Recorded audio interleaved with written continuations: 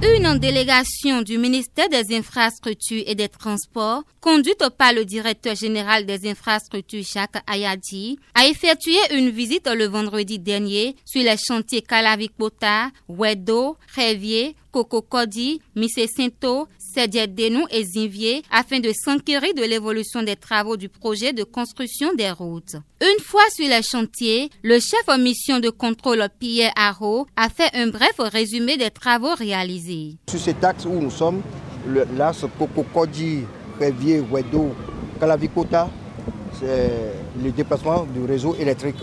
Nous avions avancé beaucoup sur le pont du PK15. Actuellement, on est complètement hors d'eau. On a fini de couler les poutres. On a fini le coulage des poutres. On est en train de décoffrer actuellement les chevêtres et les corbeaux. Voilà. C'est ici, sur l'implantation du pont du PK1, où il y a eu quelques dérapages. Le dérapage est dû à l'utilisation du site qui était destiné. Le site a été divisé par deux parce que la partie là a été cédée à un privé. Nous, on est obligés de démonter et déplacer nos engins ailleurs pour adapter la portion qui reste à nos installations et de changer l'approche qui était prévue. Le site qui est ici, l'ancien site des Chinois, on avait ça avec accès sur notre axe directement. Mais la devanture aujourd'hui a été cédée à une autre personne. Et installé, ils ont démarré des travaux de construction. Je crois que c'est des travaux de station. Oui. Voilà.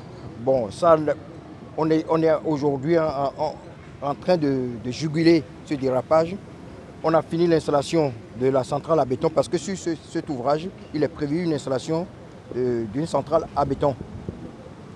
Je leur préconisais que ce n'est pas bon de préfabriquer les éléments sur le site des Chinois parce qu'on va encore reprendre ces éléments, ramener encore stocker avant de les poser.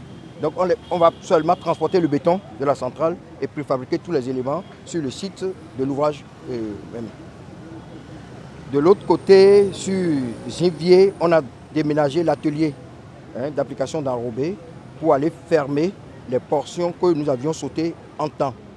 Cet atelier va revenir si le temps nous permet, normalement d'ici une semaine, pour pouvoir traiter les portions qui seront dégagées et qu'on peut traiter selon l'avancement des travaux de déplacement des réseaux.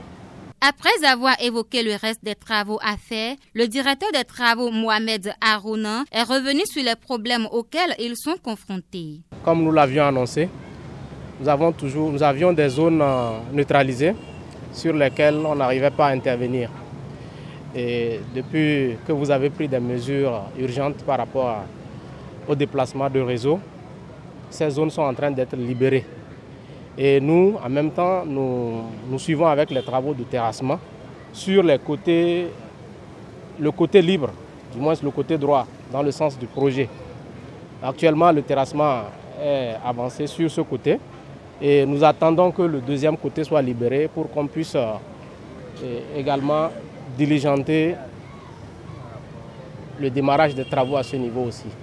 Maintenant, pour ce qui concerne les zones qui étaient en cours d'exécution, c'est les travaux de chaussée qui continuent avec la mise en place des couches de base et des revêtements.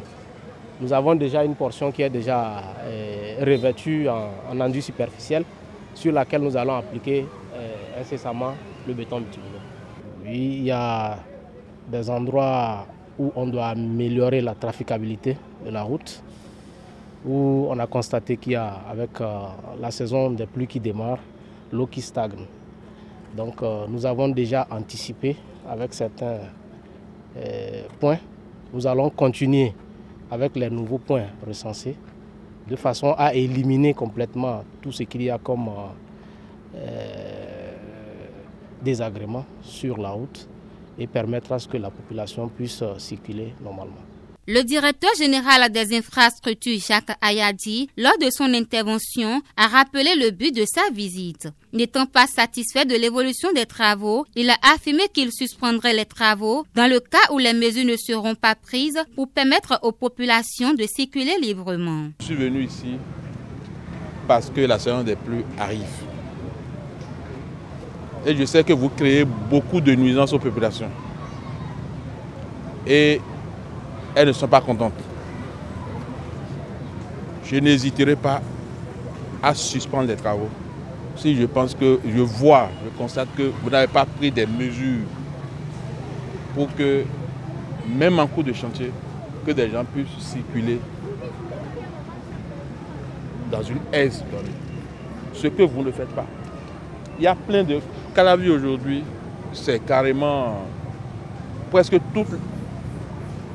tous ceux qui travaillent dans ce pays-là, presque tous, ils sont là-bas.